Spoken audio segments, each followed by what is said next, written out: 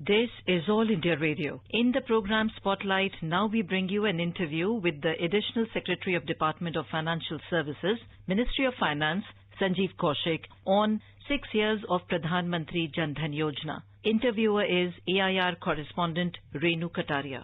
Sir, the Pradhan Mantri Janadan Yojna completes 6 years today. Can you tell us the main features and objectives of this Yojna? 6 years ago in 2014, our Honorable Prime Minister launched the Janadan Yojna. Objective behind this was to bring the poor and the marginalized within the fold of financial services, not only to give them access to better financial services, but also to make sure that they are able to access products like loans, different credit facilities, and have their own bank accounts. As you can appreciate, having access to financial services, especially to financial credit, would bring a lot of people out of poverty and also would lead to the overall job creation and therefore economic development of the country. So with that intention, this policy was launched, and in the last 6 years, we have made a number of strides. As you know, today we have crossed more than 40 crore Janadan accounts, and out of these 40 crore, more than 30 crore accounts have got a RuPay debit card. Almost 65% of the Janadan accounts have been opened in rural or semi-urban areas, and over 55% of the accounts are opened by women. So therefore, the reach of this Yojna has been far and into the remote corners of our country. So we are talking about the Janadan Yojna being used by the women. But we see that there are more than 63% of Pradhan Mantri Janadan Yojna account holders, which are from the rural areas, and only 36.4% are from urban areas. Also, 55.2% account holders are women. So what are the reasons behind these figures? I think one, of course, is focus of the campaign in the last 6 years has been to ensure that the banking services, particularly the bank touch points and the bank accounts, reach the far-flung corners of the country. Urban areas and towns and cities have different other kinds of bank accounts also, and the banking coverage has been fairly good. It is in the rural areas and it is in the unbanked population that did not have these services. So in the first phase, our focus was banking the unbanked. And the unbanked, therefore, are those individuals or those areas who do not have access to these accounts. So clearly, women have been brought under the coverage of Janadan Yojna accounts. And also in rural areas where there are people who did not have Janadan Yojna accounts. So how do the 6 pillars of Pradhan Mantri Janadan Yojna empower and provide financial security to the vulnerable sections of the society? Once you are under formal financial services, then of course you can receive a number of direct benefits transfers from government to your bank accounts. Also, the financial system can target bank accounts with various products. For example, the social security schemes like the insurance and the pension schemes. So you know that there is a Pradhan Mantri Jeevan Jyoti Bima Yojna, which is a life insurance scheme up to 2 lakhs. And then Pradhan Mantri Suraksha Bima Yojna, which is also providing accident insurance up to 2 lakhs. And then we have the Atal Pension Yojna. So therefore, schemes like this could be targeted at the population that was brought under the Janadan Yojna coverage and brought them under the fold of insurance and pension products, which previously they did not have access to. Similarly, small, micro and small, medium enterprises were brought under the fold of loans. Mudra loans have also been targeted at some of these categories. Up to 10 lakh rupees can be availed using these facilities. On the same line, sir, what documents are required to open a Pradhan Mantri Janadan Yojna account, and what are the validity conditions for the life insurance cover on the Pradhan Mantri Janadan Yojna?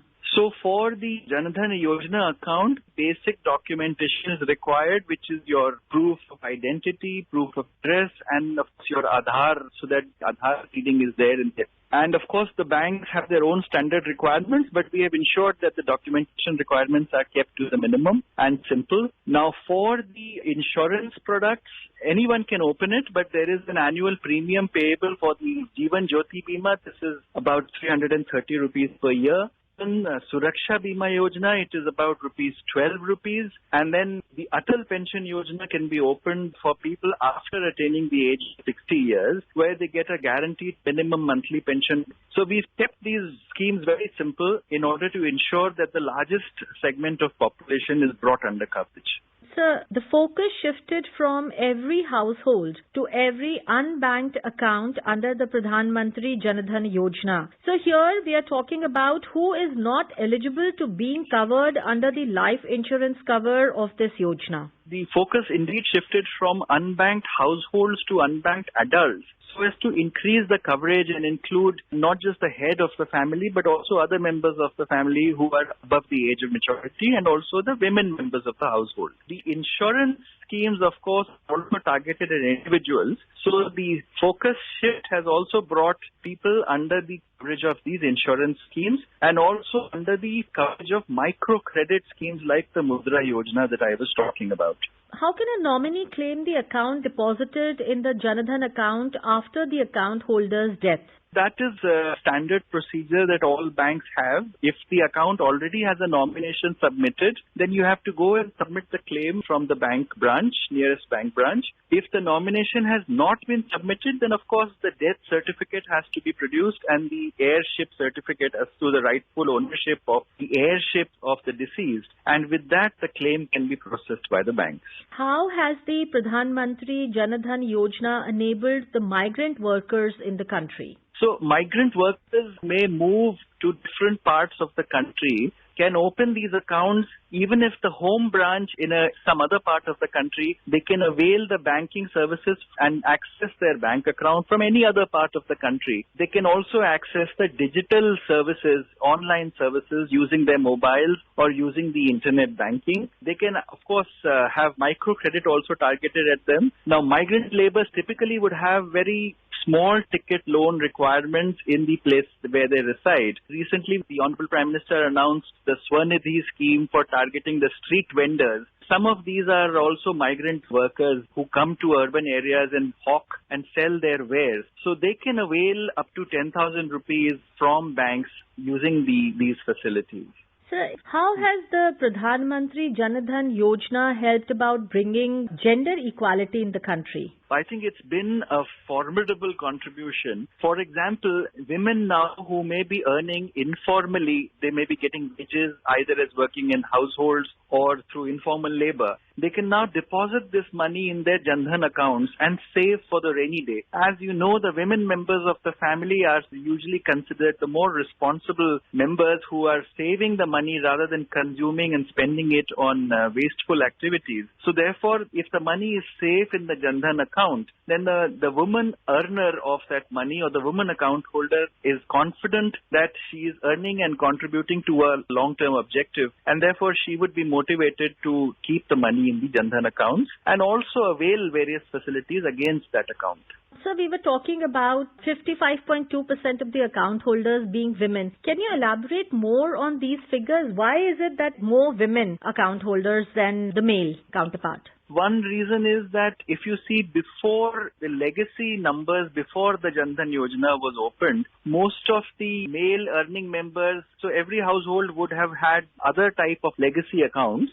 And since this Yojana was started, then a number of Janadan Yojana accounts have been opened up, and also the unbanked members of the family have been brought under coverage. So previously, women would not have had access to banking services. They have been brought under this coverage, and their accounts have been opened. 55% is women and 45% is men. Clearly shows that the female gender is clearly going strong in the country, and that is something we really want to encourage going forward. So what is the roadmap ahead for the Yojana to keep up this consistent positive stride in the country? In this phase now, we have achieved many milestones for financial inclusion. More than 40 crore accounts have been opened. We are now moving from financial inclusion to financial empowerment. And in fact, the possibilities that have emerged out of this process are endless. Focus is now on providing access to banking and social securities across the country, whether it is in aspirational districts or LWE affected areas. But also now technology can be leveraged to optimize gains for all the stakeholders. For example, if you analyze the cash flow pattern, including DBTs in Janadan accounts, and you see the digital payment modes by small traders and entrepreneurs, banks can then use digital footprints of these customers and tailor-make and target based on their credit worthiness and offer customized credit products. So I think the penetration of credit, the penetration of insurance and investment, regular savings products amongst this customer group will really help empower them and move them to greater prosperity. Sir, we also know that the Yojana has completed 6 years. How has this Yojana done till now? India has got a place in the Guinness Book of World Records for opening record Janadan accounts over a small period. Then the World Bank publishes a global Findex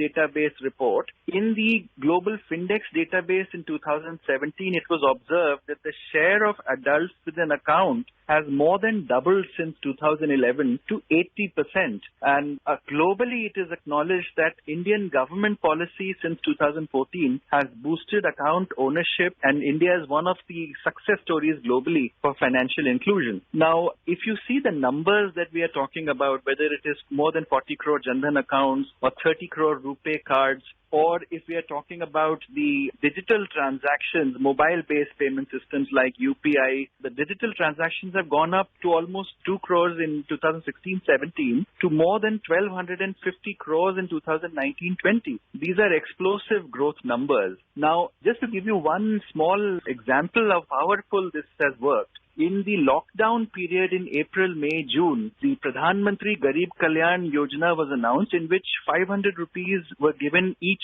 of the 3 months to women Janadan account holders. In a very short period of time, we were able to credit the accounts of more than 20.5 crore women Janadan account holders with 1,500 rupees over this lockdown period. And that helped them to meet some of the difficulties of the lockdown period. So I think these are the kind of phenomenal successes that have been made possible by the Janadan Yojana program. And also, sir, can you tell us more about the financial literacy program of the Pradhan Mantri Janadan Yojana? Not only from the Department of Financial Services, but also the Reserve Bank of India, each of the banks and the financial players, and also, of course, financial players like the stock exchanges run their own financial literacy programs. This is a very big priority for us to ensure that customers, that potential clientele understands the need for having access to banking services, the importance of having access to digital transactions, the need to over cash a preference for digital payments and digital transactions, and to bring them into the formalized financial system in the country. So the financial literacy camps, for example, the ones that we are rolling out as we speak in 40 aspirational districts, are now trying to saturate the 40